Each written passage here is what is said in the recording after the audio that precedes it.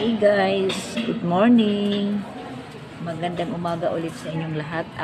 For today's vlog is nandito po kami sa waiting area ng Kalumpon.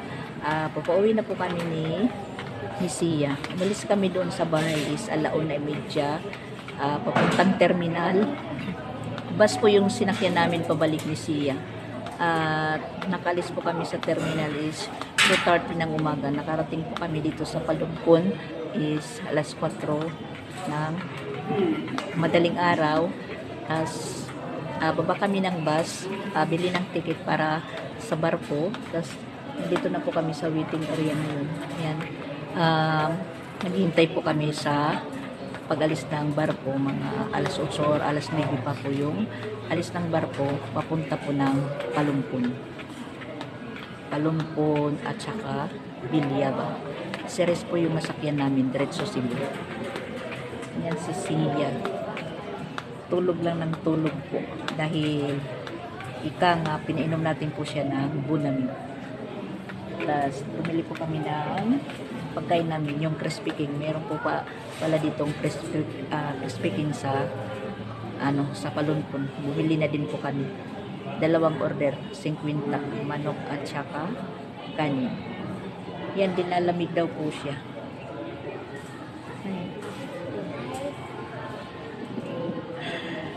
Lang energy si Sia. Balik na naman po kami ng Sugod Cebu. Tiningnan lang po namin ni Sia yung Manlorep kung okay pa po sila doon. Namimiss na po daw kami ng ate niya. Ay.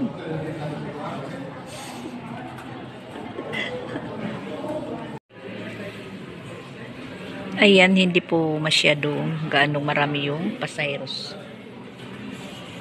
Kaya chill lang po yung biyahe namin. At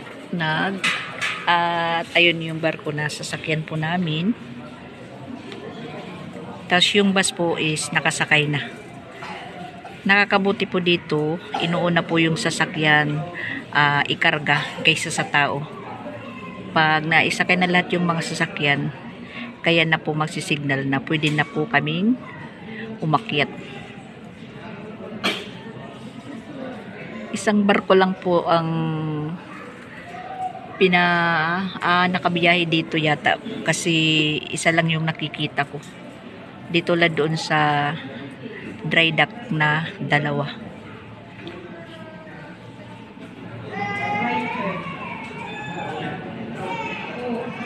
Maaliwalas po yung karagatan.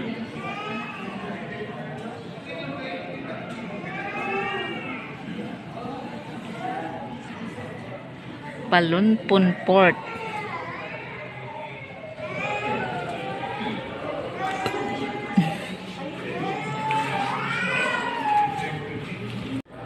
Hindi pa sana po ako pinauwi nila Pransya dahil tumawag po si Mama Jane, yung tita ni May Timang na pinsan ko na nandoon sa Korea, dahil magpapadasal po sila bukas Sabado.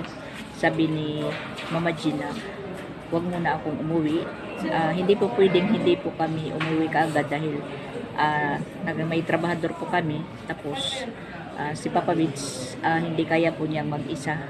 Umuwi lang naman talaga ako sa Tacloban dahil meron lang po akong importanteng inasikaso na naisama ko si Sia at saka yung mga apo ko nagpasubo sa akin kagabi nang kumakain po kami. Lahat po sila sinubuan ko. Yun lang po yung inuwi ko para subuan po sila. Busog na busog po yung mga bata dahil nagpasubo sila sa pagkain. Dahil yung binili na ulam ni Rosan, yung crispy king din doon sa San Jose. Tapos yung kila Japon naman yung paborito kong isda na burot paksiw. Yun po yung pinapakpok. Dahil miss ko yung burot na isda. Tapos yung mga bata yun nagpasubo sila. 4 sila na sinubuan ko. Si Skidi, tapos yung 2 magkapatid na lalaki at saka si Sia. Si Patpat naman at saka si Isra, iba yung ano nila, iba yung trip nila. Humingi po ng tag 10 pesos dahil meron daw po silang bibilhin. Yun, pag gising nila po ngayon, wala na po ako doon. Magtatanong na naman yun kung nasaan na po kami. Lalong-lalo na si Iskidi dahil magkatabi po silang matulog kagabi ni Sia. Hindi naman po nakasama si Iskidi na ihatid kami sa terminal kaninang madaling araw. Si La Rosan at saka si Paul yung naghatid sa amin ni Sia kasi malis po kami doon is mga launa media. Saktong-sakto lang po pagdating namin sa Abukay is nakaready na po yung bus. Naghihintay na lang po ng mga pasaheros. Pagdating po ng 2:30, yun. Talagang alis sila pagdating ng 2:30 kahit hindi puno yung bus. Alis po sila kasi habang nagbibiyahe meron pong mga pasaheros na nag-aabang, mga na po yung sabihin na lang po natin nakabook na po sila. Umano na lang po sila sumasalubong hanggang sa mabot po kami dito sa Palumpon, napupuno yung bus. Yun lang po yung nakakabuti po sa bus ka sumakay at medyo nakakamura at hindi hassle yung pagbiyahe dahil hindi palipat-lipat po ng sasakyan. Bababa ka lang po dito pagbili ng ticket para sa barko. Si Sia yan, tulog ng tulog hanggang malis kami dun sa Abukay Terminal, tulog po siya ng tulog. Tapos ayan, giniginaw daw siya. Ngayon, hinihintay lang po namin na mag-signal na kung okay na po kami sumakay sa barko.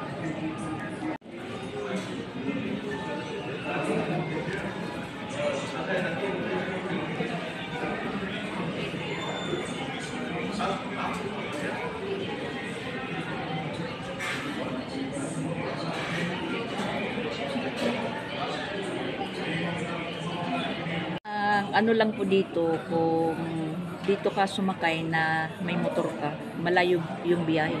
Kasi mas malayo po yung Palumpon Port kaysa sa Bilyaba. Ang ano lang po dito, sasakay ka lang ng bus. Malayo po yung magbibiyahe ka, nakamotor ka, sasakay ka dito sa Palumpon. Malayo po yung biyahe. Kaya kalimitan po dito or karamihan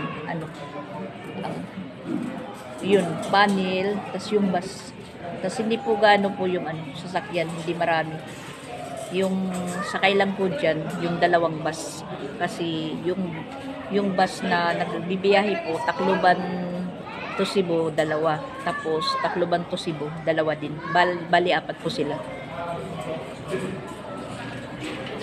So, ayan, sasakay na po kami ng barko. Naisakay na po lahat yung mga sasakyan.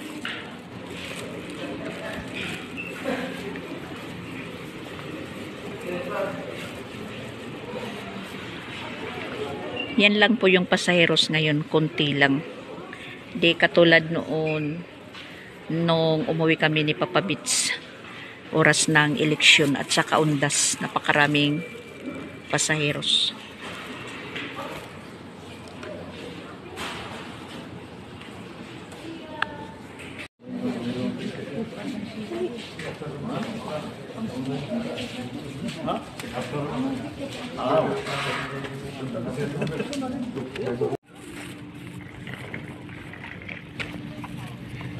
Ang nakakabuti po dito sa kanila kasi yung ticket naka QR code, ini-scan, nakikita po kung sino ang pasaheros. Yan, sasakay na po kami sa barko. Isa lang yung ang bumibiyahe at saka isa lang talaga. Iwan ko kung marami yung pasaheros, kung dalawa din yung pinapaano nila, binibiyahe. Kaput. Sige, dali na to na. Yan si Sia. Nasanay na lang po siya sa biyahe.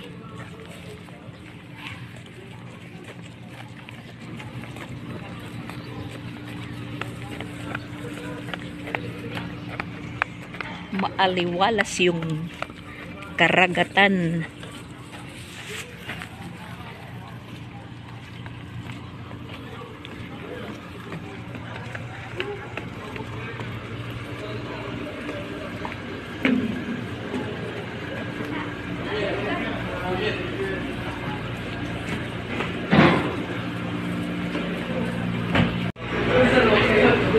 Yan, may sakay na kalabaw.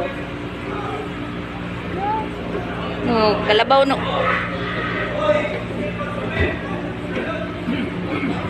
Dili, akyat.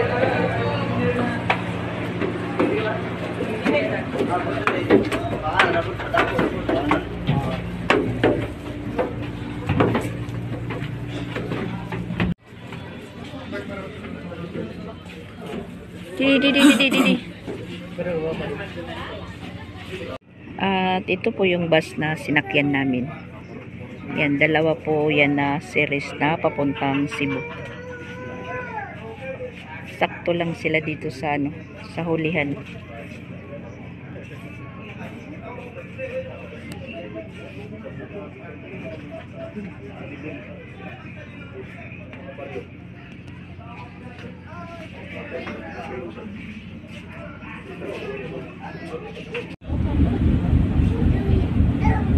Mandar na po yung barko.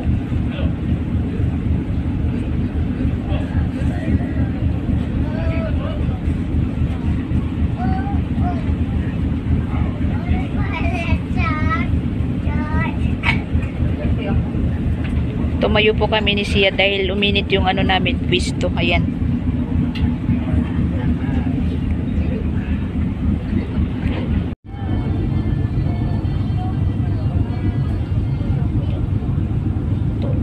Tulog yung kasama ko. So, ayan po guys ulit. Nakadating na po kami sa Pulang Bato.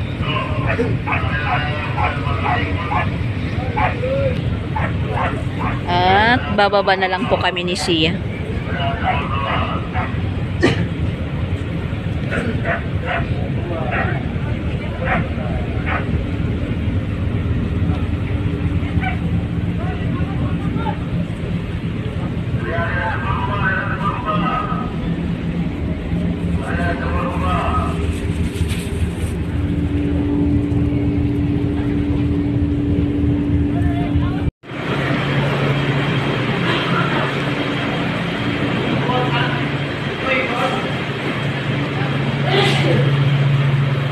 Baba na po kami. Sobrang init.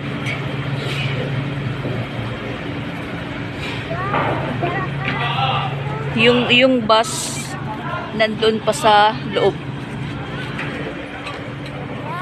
Ano? Ha? Mapaso? Kaya mapaso lagi. Kaya to. Kaya mga sirong kita nga dat may patway.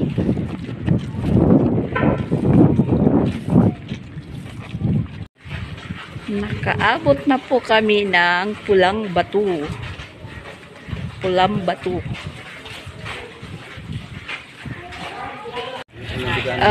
Dito po ko namin hihintayin yung bus. Ayan. Papalabas na yung bus na sinakyan namin.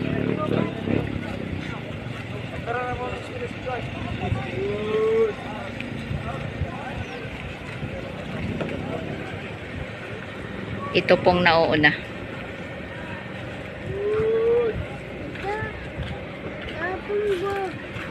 Ito sa kuban aton bag.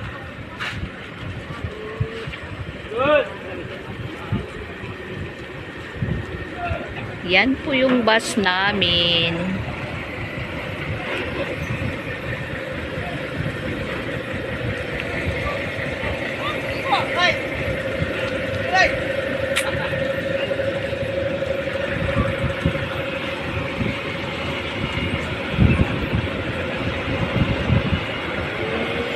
Bali, dalawa po silang pa-Cebu. Galing ng Tacloban.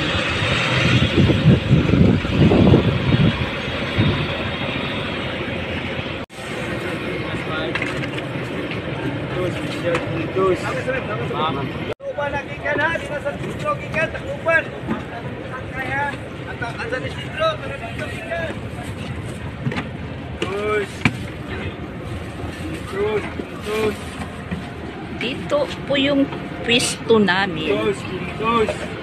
Tus. Mission. Bali, kakain pa po yung konduktor at saka driver. Tus. Mission. Kami naman, meron naman po kaming pagkain Tus. nandito. Mission. Pintos. Dala-dala lang po namin ni Sia. Pintos. Hindi namin po naubos. Pintos. Mission. Pintos.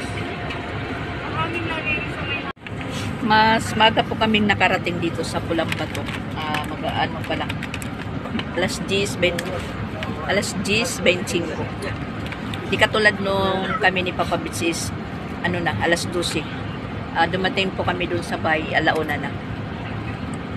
Ngayon, medyo napaaga po kami dahil yung barko umalis doon sa Palumpon is 7:30 pa lang.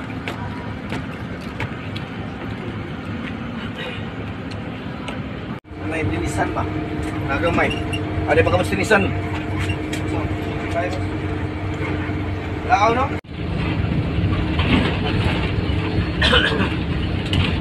Sina lang kaya. Nado dahil tagay ka skina kay. Pastor niya dito ako. Antonio. Antonio. Rosbigas. Rosbigas.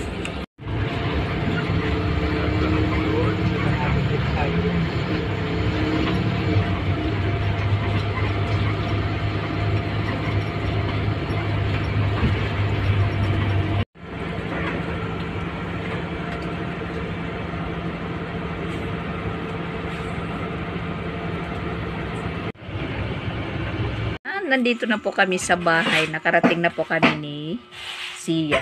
Ayan, nag-i-snack na naman si Sia. Sobra po ng snack dito sa Trabador. At ito na po yung nagawa nila. Noon na po yung yung CR para magiba na doon yung dati. Para yung trabaho nila is diretso. Ayan, paggabi na po. Kagigising lang po namin ni Sia. Natulog po kami kanina. Katapos naming kumain. Ayan. Pinagpatuloy po ni Sia yung pagtulog niya. Mula sa biyahe. Epektibo pa rin yung bunamin sa kanya. At saka yan po yung yung ginawa nila ngayon.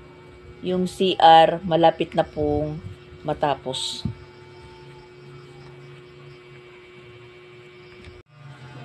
Dito na po banda yung CR namin.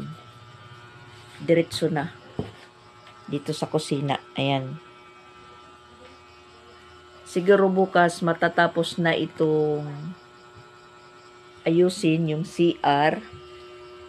At gigibain na po yung dating CR dyan. Na para diretso na po yung nila, pagayos. Pag-file po sa hollow block sa gilid-gilid. At yan po yung magiging poste. Doon poste.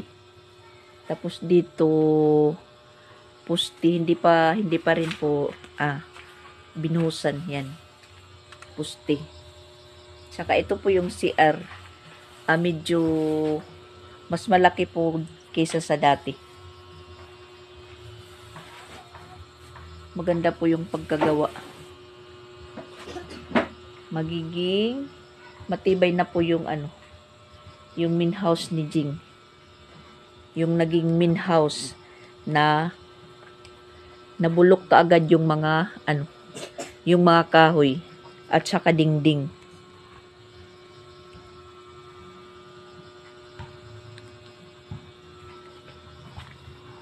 Medyo hindi pa klaro yung kaayusan, pero pag natapos na to, maluwag po siya. Dahil dati yung luwag niya is 10. Ngayon ginawang 12. 12 ang haba, ang lapad. Yan ang hindi alam ni Papa Bits. Basta pero mas maluwag na ito.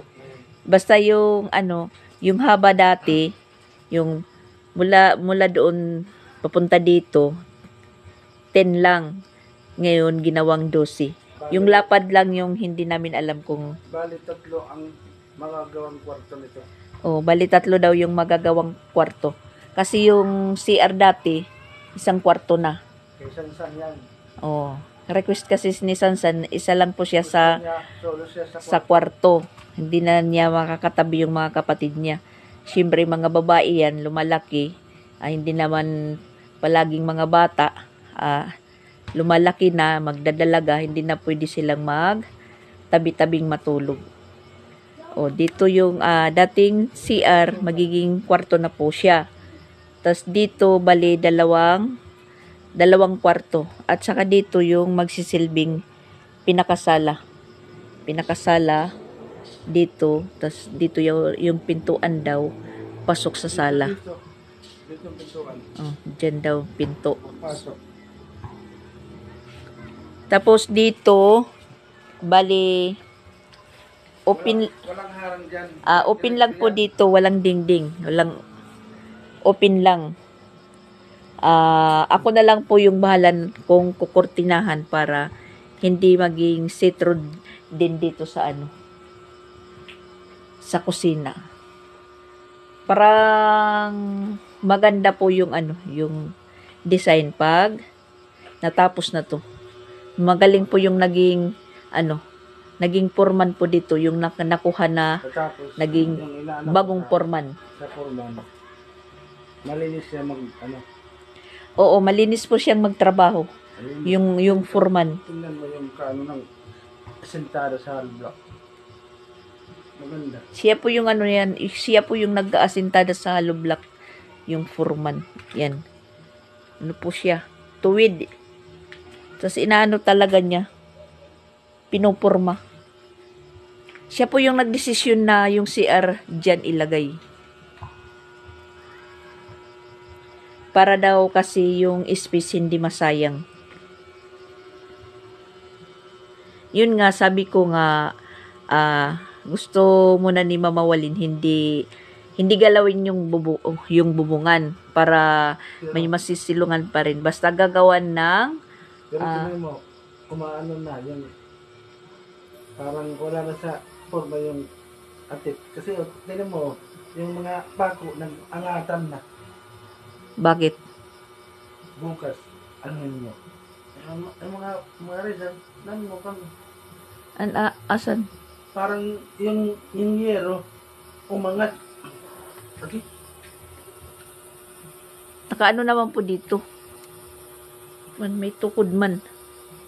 Pinustihan niya dito. Yung yero ba, yero? Yung bubungan, umangat yung sa kahoy. Yung umangat yung mga pako. Oo, umangat. Tapos kita ada boss. Ano na yan?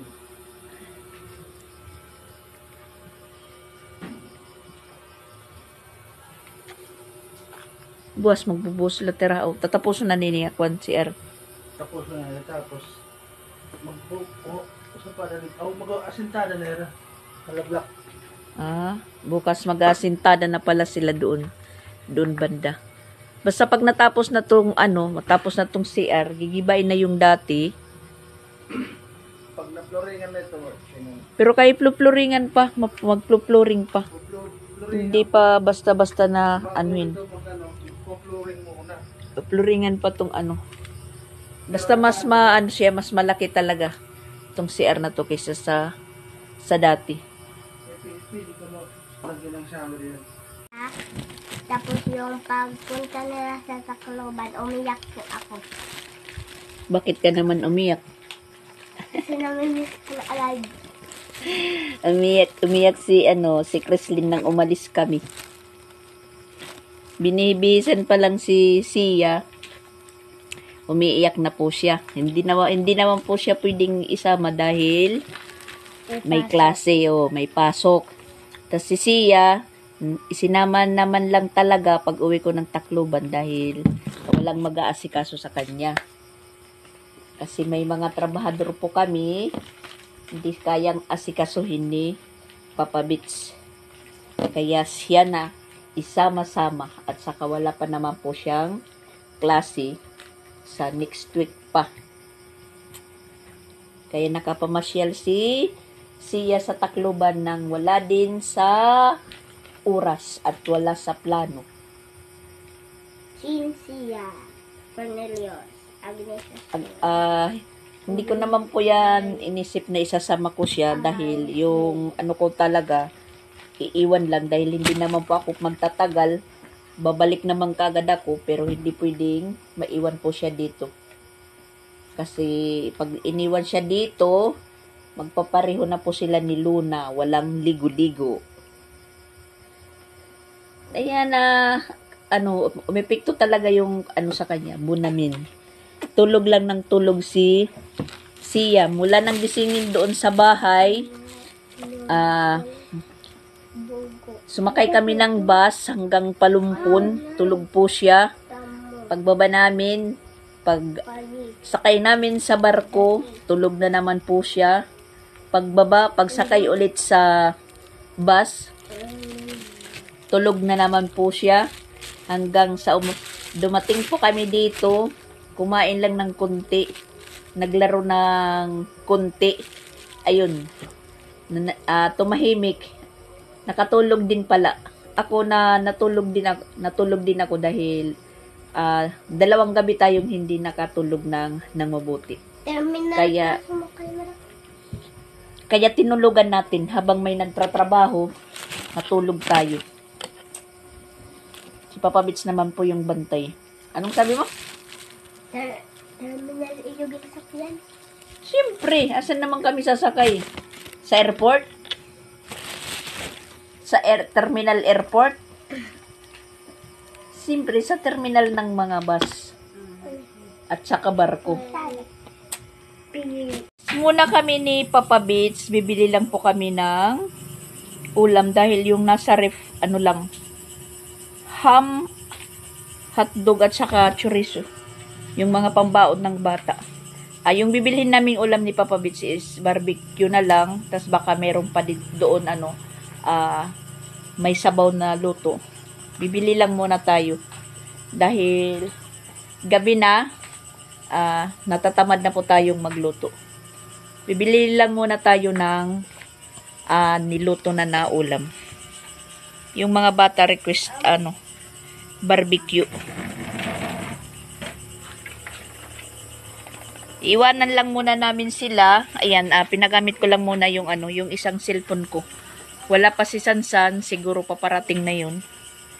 Iwan lang namin muna sila. Hindi naman pwedeng isasama namin sila pagbili lang ng ulam. Dito lang po tayo sila dito lang po sila sa bahay.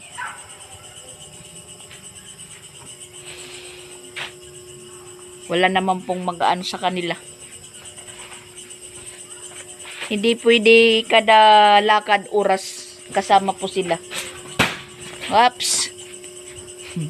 Meron nahulog na Meron nahulog na niyog. Bunga ng niyog. Hindi yata magkakasya yung hollow block na in-order ni Mama Walin na 300. Pero titingnan lang po dahil sasabihin naman po nila kung kulang pa. Hindi naman po sila nagpapa-order. Trabaho muna nila kung ano ang sakto na material dyan. Yung foreman naman po yung nagsabi na ganyang piraso, ilang simento, kapiraso, yung mga ginamit. Hindi naman po kami basta-basta na bumibili. Tas yung yung buhangin, kukulangin, mag-order na naman.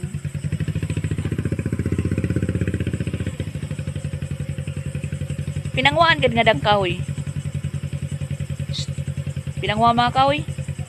Pinanguang kahoy nga da. Gamit nira.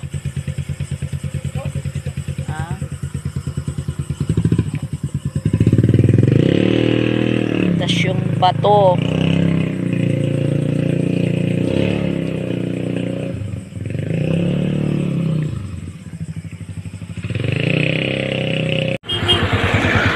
Dito yung ano, yung barbecuean. Malapit lang po sa amin. Sa unahan lang po ng tulay.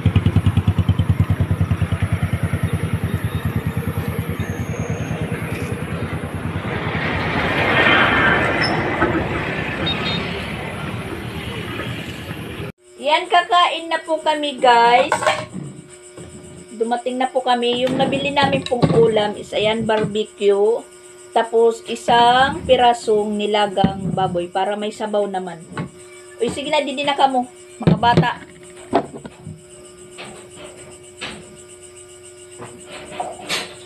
Mauna na lang po kami kumain.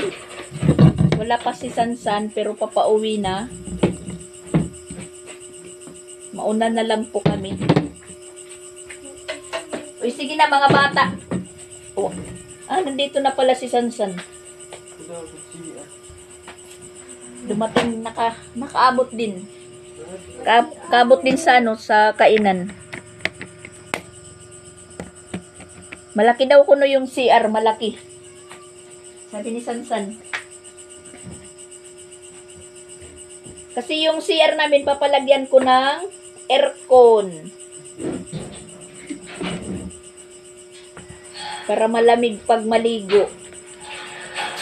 Joke lang. Joke lang po yan, guys. CR na may aircon.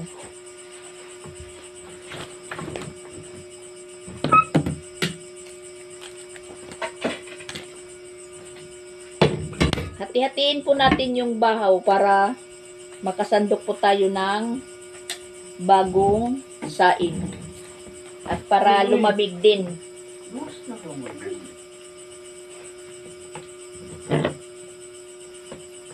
Para lumamig yung bagong saing na kanin. Ibutang na itong ako ang cellphone.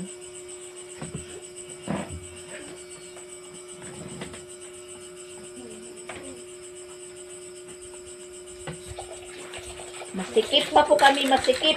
Mudok, masakit pak bubot. Kasi yung mga gamit nakaimbak dito sa kusina. Dili, di kayo Na. Pray muna, pray. Dili, madikada. Ulot. Sabay kayong mag-pray dahil pareho na kayong marunong. Sabay kayong mag-pray. Sige, okay, pray. Dili, madikada. This is, O Lord, for this thy gift, which are about to receive for thy bounty to Christ our Lord. Amen. Amen. In the name of the Father, Son, and Holy Spirit. Amen.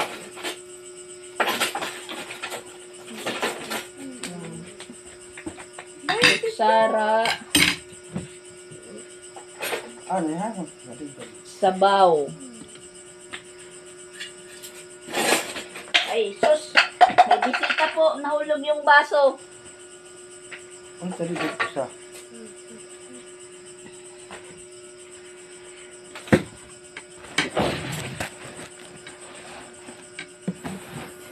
Didi kasi yan kay para taas ka. Didi. Sina? Daw kun kan. Kay babali yung tatkanon. So, ayan po guys. Kakain muna kami. Bye-bye muna. Thank you for watching. Update na lang po ko kayo sa susunod-sunod na araw sa renovation sa main house ni Jing. Bye-bye! Bye! Bye-bye. See you from